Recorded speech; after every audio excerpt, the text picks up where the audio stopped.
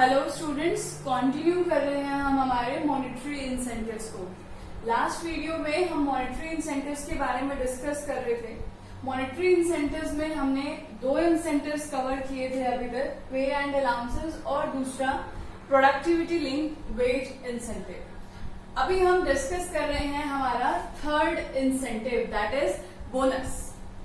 अब बोनस के बारे में हमने बहुत बार सुना होगा कि एम्प्लॉयज आपस में डिस्कस करते हैं, या फिर हम कभी भी मूवीज में देखते हैं या टीवी सीरियल्स में देखते हैं कि कोई भी एम्प्लॉय जो है वो बहुत एग्रेशन शो कर रहा होता है कि मुझे बोनस नहीं मिला है इस बार, या फिर कोई जो एम्प्लॉयज हैं वो डिमांड कर रहे होते हैं कि हमें बोनस मिलना चाहिए।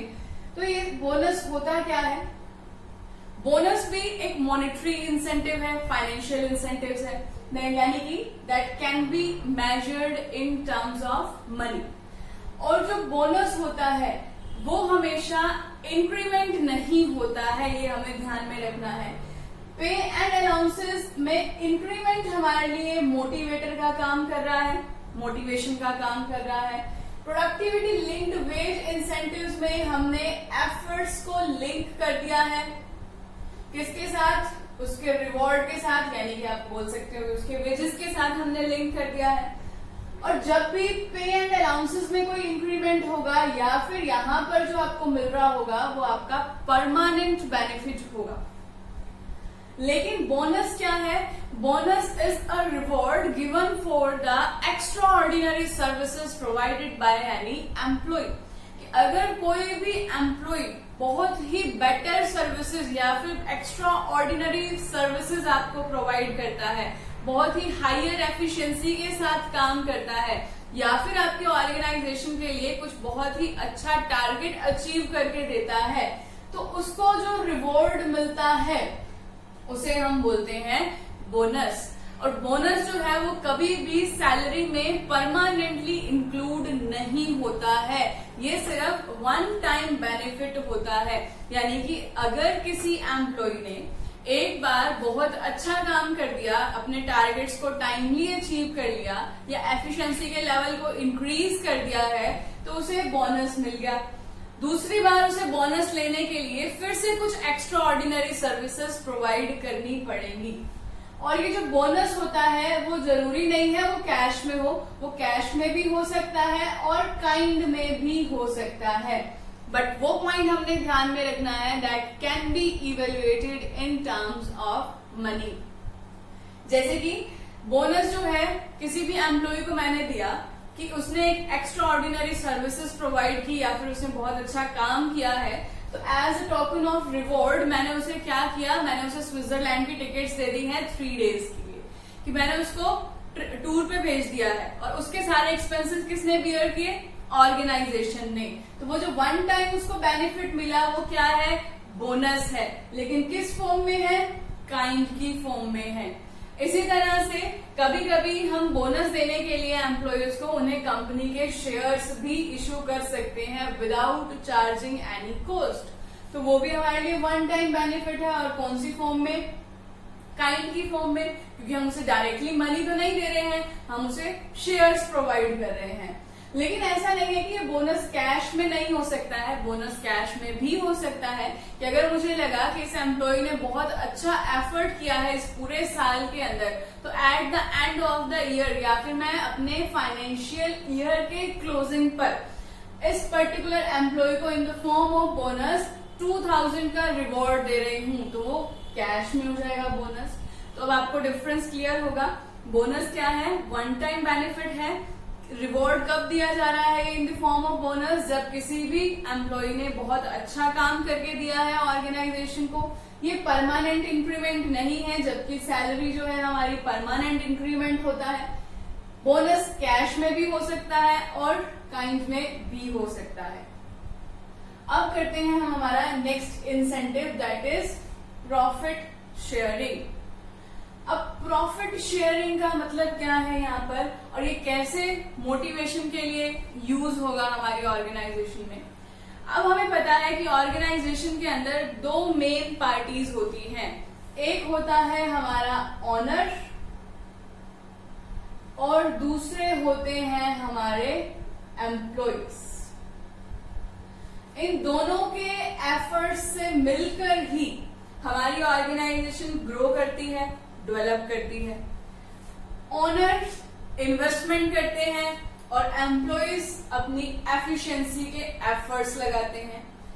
ओनर को उस इन्वेस्टमेंट के बदले में प्रॉफिट मिलता है और एम्प्लॉइज को अपने एफर्ट्स के बदले में, ओनर को इन्वेस्टमेंट के बदले में प्रॉफिट और एम्प्लॉइज को उसके एफर्ट्स के बदले में क्या मिलता है, रेम्यूनरेशन मिलता है। बट अगर हम इन एम्प्लॉइज को उस रेम्यूनरेशन के अलावा, यानी कि in addition to that regular remuneration, if some part of profit is shared with that particular employee, then he or she will feel motivated and work towards the achievement of the objectives of the organization. जब ये owner अपने profit का कुछ share contribute करेगा अपने employ के साथ, तो उसे हम कौन सा इंसेंटिव बोलेंगे, प्रॉफिट शेयरिंग इंसेंटिव। जैसे कि अगर किसी मैनेजर ने डिक्लेयर कर दिया है कि अगर आपने इस मंथ के अंदर 1000 यूनिट्स की सेल का टारगेट अचीव कर लिया, तो जितना उसमें रेवेन्यू हमारा इंक्रीज होगा, उस इंक्रीज रेवेन्यू का 2% उस पर्टिकुलर सेल्स एग्जीक्यूटिव को कमीशन की फॉर्म में दिया जाएगा। तो अब एम्प्लॉइज क्या करेंगे, उन्हें पता चल गया कि जितना रेवेन्यू इंक्रीज होगा, यानी कि जितना प्रॉफिट इंक्रीज कर दिया जाएगा उनकी तरफ से, उतनी ही उनकी कमीशन ज्यादा आने वाली है। तो अपने सारे के सारे एफर्ट्स को डबल कर देगा ताकि वो ज्यादा रेम्यूनरेशन के अलावा प्रॉफिट में भी शेयर ले सके। तो प्रॉफिट शेयरिंग यही है कि जब ओनर अपने टोटल प्रॉफिट में से कुछ पार्ट एम्प्लॉइज के साथ शेयर करते हैं और एम्प्लॉइज को वो मोटिवेट करने में हेल्प करते हैं। अब ये जो प्रॉफिट शेयरिंग है, ये हमारे ओनर्स और एम्प्लॉइज के बीच में एक कॉर्डियल रिलेशन मेंटेन करने में भी हेल्पफुल होते हैं। नेक्स्ट इंसेंटिव आते हैं हमारे को पार्टनरशिप, या फिर जिसे हम बोल सकते हैं स्टॉक ऑप्शन। अब को पार्टनरशिप का मतलब क्या है यहाँ पर? पार्टनरशिप में तो हमें ऑलरेडी पता है कि जहां पर 2 या 2 से ज्यादा लोग मिलकर बिजनेस कर रहे हैं, हम उन्हें पार्टनरशिप बोलते हैं। और जब को पार्टनरशिप है तो इसका मतलब ओनर्स के साथ अगर हम एम्प्लॉइज को भी पार्टनर बना दे, तो यानी कि जब एम्प्लॉइज को ओनर बना दिया जाए, या फिर आप ये बोल सकते हो जब एम्प्लॉइज को ओनरशिप में भी कंट्रीब्यूशन करने का राइट दे दिया जाए, इसे हमने यहाँ पर स्टॉक ऑप्शन भी लिखा है। स्टॉक ऑप्शन इसलिए लिखा है क्योंकि कभी कभी ऑर्गेनाइजेशन अपने एम्प्लॉइज को मोटिवेट करने के लिए क्या करती है, उनके सामने एक ऑफर रखती है, या फिर आप ये कह सकते हो उनके सामने एक ऑप्शन रखा जाता है। उनके सामने ये ऑप्शन रखा गया है कि अगर आप चाहो तो आप बोनस की फॉर्म में हमारे कंपनी के शेयर्स ले सकते हो, या फिर आप अपना बोनस कैश की फॉर्म में ले सकते हो। अगर आपने हमारे शेयर्स को चूज किया तो आपको उनका फेस वैल्यू पे करने की कोई नीड नहीं है, क्योंकि हमने तो बोनस देना ही है। या फिर आप ये भी कह सकते हो कि अगर किसी भी एम्प्लॉय ने अपने टारगेट्स को अचीव कर लिया तो उसके पास ऑप्शन होगा कि वो हमारे कंपनी के शेयर्स को परचेज कर सकता है, और आप लिमिट डिसाइड कर सकते हो कि कितने शेयर्स वो परचेज कर सकता है, और फ्री ऑफ कॉस्ट वो परचेज करेगा। अब इसमें एम्प्लॉय को बेनिफिट क्या मिलेगा? एक तो उसको अपना रेम्यूनरेशन तो मिल ही रहा है, यानी कि जो उसकी सैलरी है वो तो उसको मिलनी ही मिलनी है। इस रेम्यूनरेशन के एडिशन में उसको कंपनी के शेयर्स मिल गए, वो भी कैसे, फ्री ऑफ कॉस्ट, यानी कि जिसके लिए उसने कुछ भी पे नहीं किया है। और इन शेयर्स के ऊपर उसे डिविडेंड भी मिलेगा रेगुलर बेसिस पर, यानी कि प्रॉफिट में भी हिस्सा मिलेगा। दूसरी बात, उसको मैनेजमेंट में भी पार्टिसिपेशन मिलेगा, क्योंकि शेयर्स परचेज करते ही उसके पास वोटिंग राइट्स आ जाएंगे। और तीसरा, उसको कैपिटल एप्रिसिएशन का भी बेनिफिट मिलने वाला है। कैपिटल एप्रिसिएशन आपको मैं ऑलरेडी बहुत बार बता चुकी हूँ कि कैपिटल एप्रिसिएशन क्या होता है। अगर उसको शेयर्स मिले 1000 की वैल्यू के और वो मार्केट में इन्हें सेल कर देता है 1500 का, तो 500 का जो डिफरेंस है वो क्या है, उसका कैपिटल एप्रिसिएशन। तो को पार्टनरशिप या फिर स्टॉक ऑप्शन भी एक बहुत ही अच्छा मॉनेटरी इंसेंटिव है जो एम्प्लॉयज को मोटिवेट करने में हेल्पफुल रहता है। इसके अंदर आपको ध्यान रखना है कि आप अपने एम्प्लॉयज को किसमें शेयर दे रहे हो, कंपनी की कैपिटल में यानी कि शेयर्स में कंट्रीब्यूट करने का ऑप्शन दे रहे हो। यहाँ पर देखो साथ में ऑप्शन है, तो इसका मतलब ये है कि एम्प्लॉयज के पास राइट है, whether they can exercise their right और not, that depends on the employees. कि एम्प्लॉय के ऊपर डिपेंड करता है कि वो इस ऑप्शन को यूज करते हैं या फिर नहीं करते हैं। अगर वो डायरेक्टली कैश की फॉर्म में बोनस एक्सेप्ट कर लेते हैं तो उन्हें ये बेनिफिट्स नहीं मिलेंगे, बट अगर इस ऑप्शन को यूज कर लिया गया तो रेम्यूनरेशन के अलावा उन्हें ये सारे बेनिफिट मिलने वाले हैं, डिविडेंड भी रेगुलर बेसिस पर, मैनेजमेंट में पार्टिसिपेशन भी और कैपिटल एप्रिसिएशन भी। और ये वाला जो इंसेंटिव है इसे यूज करना ऑर्गेनाइजेशन के लिए इसलिए बेनिफिशियल होता है क्योंकि अगर आप को पार्टनरशिप और स्टॉक ऑप्शन की हेल्प से एम्प्लॉय को ओनरशिप में पार्टिसिपेशन दे देते हैं तो उसके अंदर सेंस ऑफ बिलोंगिंगनेस क्रिएट होती है।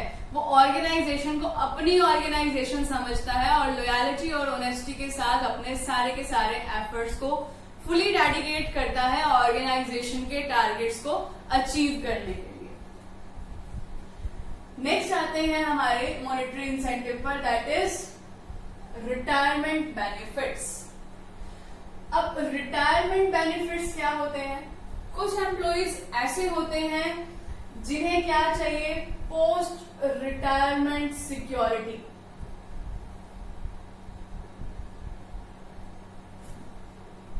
पोस्ट रिटायरमेंट सिक्योरिटी का मतलब जो अपने फ्यूचर को सिक्योर करना चाहते हैं तो उन्हें भी आप मॉनेटरी इंसेंटिव दे सकते हैं।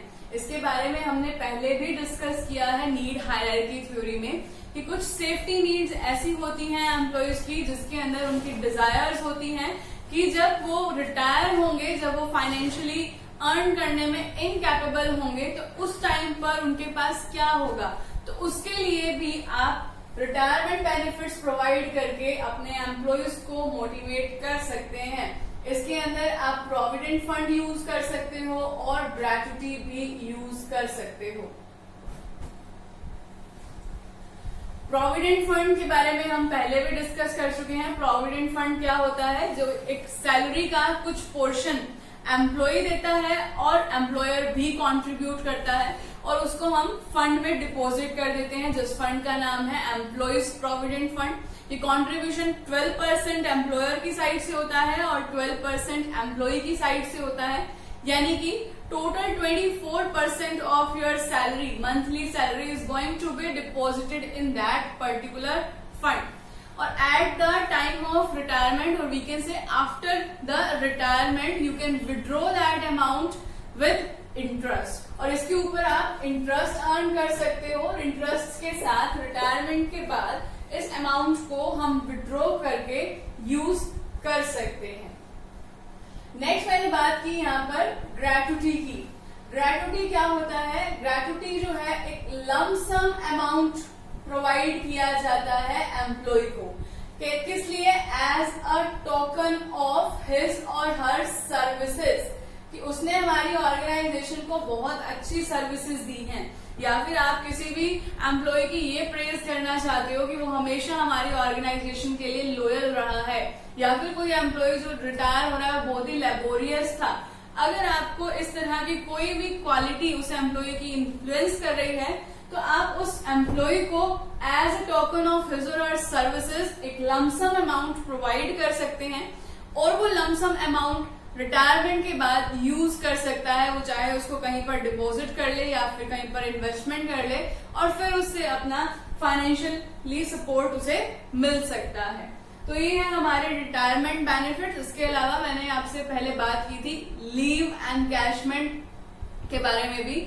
लीव एनकैशमेंट बेनिफिट्स में मैंने आपको ऑलरेडी बताया है कि उसके अंदर हम क्या कर सकते हैं। एम्प्लॉयज की जो लीव है उन्हें हम एनकैश करने की फैसिलिटी दे सकते हैं, बट एनकैश कब करेंगे? After retirement. तो वो काफी सारा अमाउंट हो जाएगा क्योंकि जब वो अपनी पूरी सर्विस की लाइफ की लीव्स को काउंट करने लगेगा जो उसने यूज नहीं की हैं, तो वो बहुत ज्यादा अमाउंट हो जाता है। तो वो भी एक रिटायरमेंट बेनिफिट की तरह काम कर सकता है। और अगर कोई भी ऑर्गेनाइजेशन ये प्रोविडेंट फंड या ग्रेच्युटी की फैसिलिटी प्रोवाइड कर रही है तो ऑब्वियसली वो भी एक मोटिवेशन का सोर्स रहेगा। Next and last incentive is perquisites. Perquisites हमारे वो सारे इंसेंटिव्स हैं जो डायरेक्टली मनी की फॉर्म में प्रोवाइड नहीं किए जाते हैं किसी भी एम्प्लॉय को। इनको लेकिन हम इवेल्युएट कर सकते हैं मॉनेटरी टर्म्स में। जैसे कि बात कर रहे थे हम थोड़ी देर पहले कि मैंने किसी भी एम्प्लॉय को दी रेंट फ्री एकोमोडेशन। एक होता है हाउस रेंट अलाउंस, ठीक है। उस अलाउंस में तो हम डायरेक्टली कैश दे रहे हैं एम्प्लॉय को कि आपको 5000 पर मंथ हम अलाउंस दे रहे हैं, आप कहीं पर भी अपनी मर्जी से घर ढूंढो और रह सकते हो, वो तो आएगा हमारा इस अलाउंस के अंदर।